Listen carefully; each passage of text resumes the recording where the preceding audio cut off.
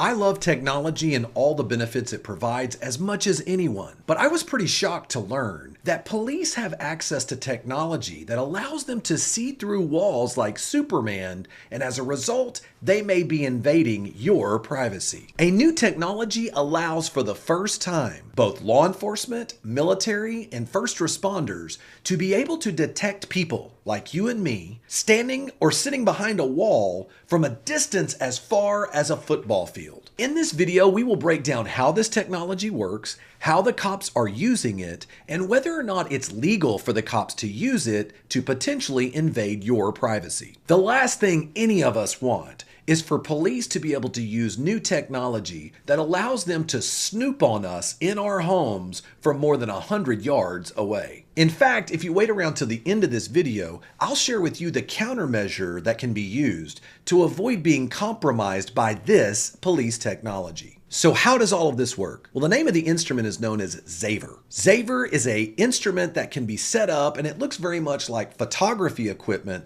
set up on a tripod that can be put up and taken down in just a few seconds. It also comes with a handheld option as well. Once set up, Zaver allows cops to see through walls from a distance as far away as a football field. Imagine cops pulling up to a house. But when I say pulling up a full football field away from that house. They set up this equipment, and as they do so, they're able to see from over 100 yards away who is in the house, how many people are in the house, the proximity of each person to one another, and exactly the direction each person may be walking. In fact, it's so precise, this type of device can actually detect micro movements of live objects in order to determine what's actually happening in real time behind the wall. For example, let's say somebody's grabbing something in their pocket, and as they grab into their pocket, they're looking to pull it out.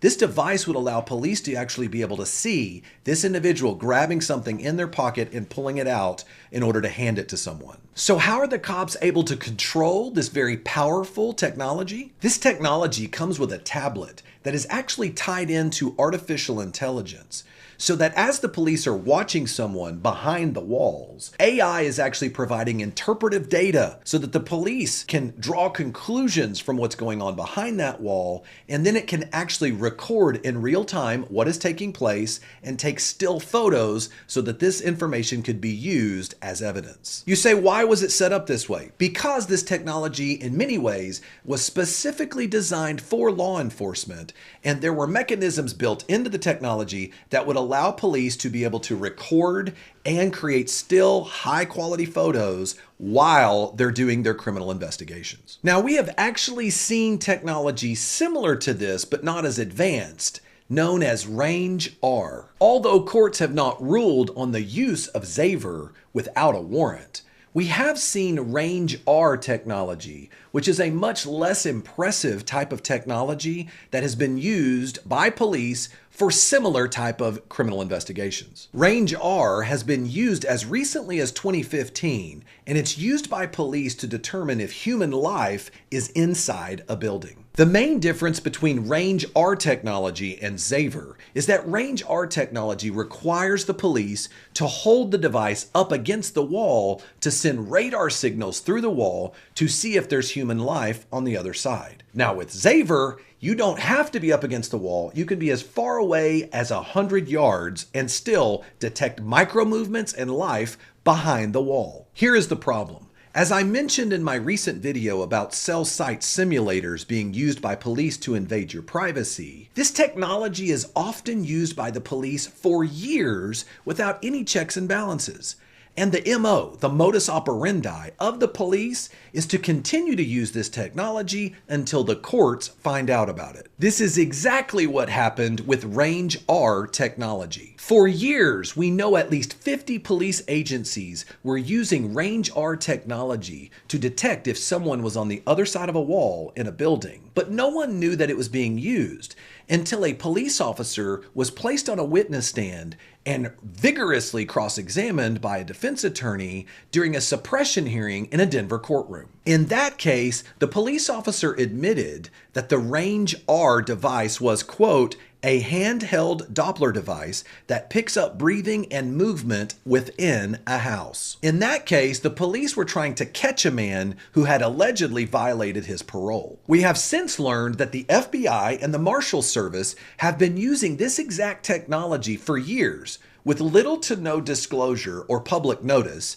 and certainly not informing the courts they're using this technology during their criminal investigations. So think about this. We have learned that the FBI and the Marshal Service had been using Range R technology since at least 2012, but the courts didn't learn about its existence until 2015. So the real question here is the use of these technologies legal? Unfortunately, the United States Supreme Court has not ruled on police use of either of these technologies, but they did rule on a similar issue back in 2001 in the case known as Kylo versus the United States. In Kylo versus US, the United States Supreme Court ruled that the Constitution bars the police from being able to scan the outside of a home with a thermal imaging device unless they have a warrant. And an interesting footnote, the court actually mentioned that the use of radar technology devices, similar to Range R technology, could apply to this ruling as well. Even more specifically, in 2013, the Supreme Court ruled that they further limited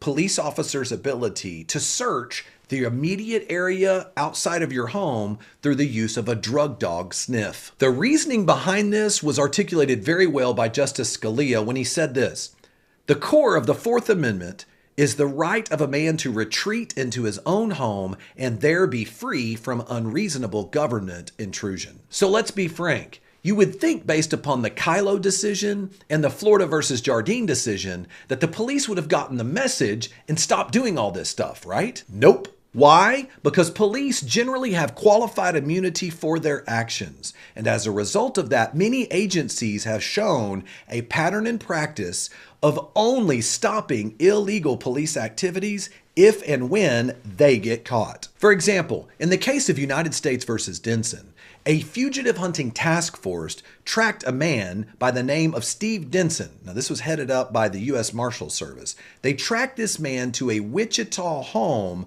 for allegedly violating his parole. Before the police forced his door open, it was exposed during testimony that Range R technology was used in order to confirm there was someone on the other side of the wall. The problem? The original officer who conducted the investigation was not transparent in his police report. In fact, the officer's original report said this, quote, "The officers developed reasonable suspicion that Denson was in the residence.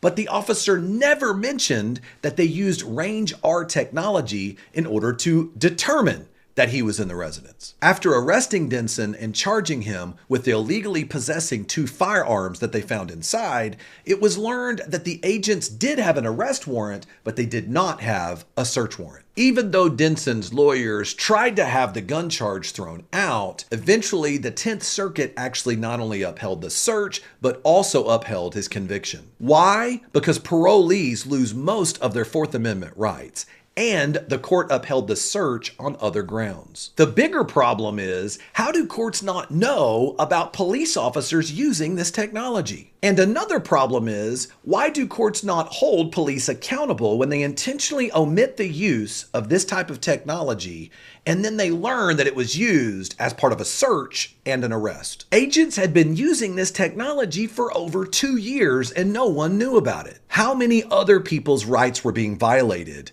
by the feds and state and local agencies who were using this technology, all because no one ever dug further, no one ever contested the search, and maybe a lazy lawyer just took the police report as being the gospel truth. If you don't believe police are sometimes hiding the use of their technology during criminal investigations, check out this email from a Florida sergeant. In this email, this Florida sergeant was asking other officers from a different department to not reveal how they were obtaining evidence during an investigation by using a cell site simulator tool similar to the exact technology I spoke about a few weeks ago, known as Stingray technology. The email specifically said to only mention they obtained the evidence from a confidential source and not through the high-tech tool that they were using. Why? Because the police wanted to protect the identity of this technology so that courts would not learn about it so they could continue to use it unchecked. In fact, William Sorokas, a former supervisor of the Marshal Service, he said that his deputies are not supposed to hide or lie when it comes to the use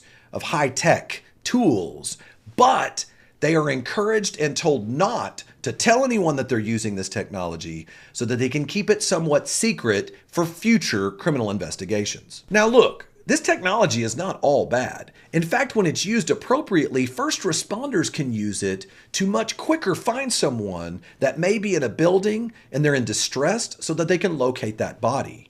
It can also be used to help free people from a hostage situation. It also has wonderful applications for firefighters looking to try to find a body in a burning building, and it can be used in multiple ways to save lives. But as always, the problem is never the technology. It's always how people choose to use it. In fact, that is exactly why federal, state, and local authorities should be required to disclose they are using this advanced technology. Whenever they're seeking to obtain a search warrant, they need to put that in their search warrant affidavit, and they should put this in their police report so that they can be held accountable to determine if there are any Fourth Amendment violations when they use them. By doing this, it will help ensure that this technology can be challenged in court and maybe now force the United States Supreme Court to rule whether the use of this technology is a Fourth Amendment violation, so that way police cannot just continue to use new technology unchecked for years until they get caught. As long as the courts continue to enable law enforcement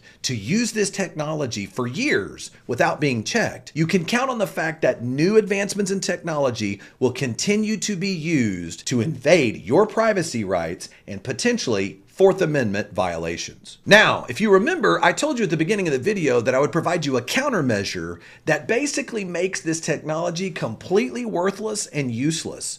In other words, if the police tried to use this against you in your home and you used what I'm going to share with you, it would not work. These radar technology devices can penetrate almost any wall. In other words, cops can see through walls that are made of brick, stucco, plywood, sheetrock, or other types of wood. However, what they cannot penetrate are metal buildings. They cannot penetrate through walls lined with metal or lined with foil. Why? Because metal reflects all the energy from the device. As a result, this technology is completely ineffective with metal buildings or anything with metal lined within the walls. Now, what if instead of snooping on you through your walls, what if the cops want to hijack your phone and steal your data? Can they legally do this? Check out this next video where I break down how cops can hijack your phone and legally steal your data.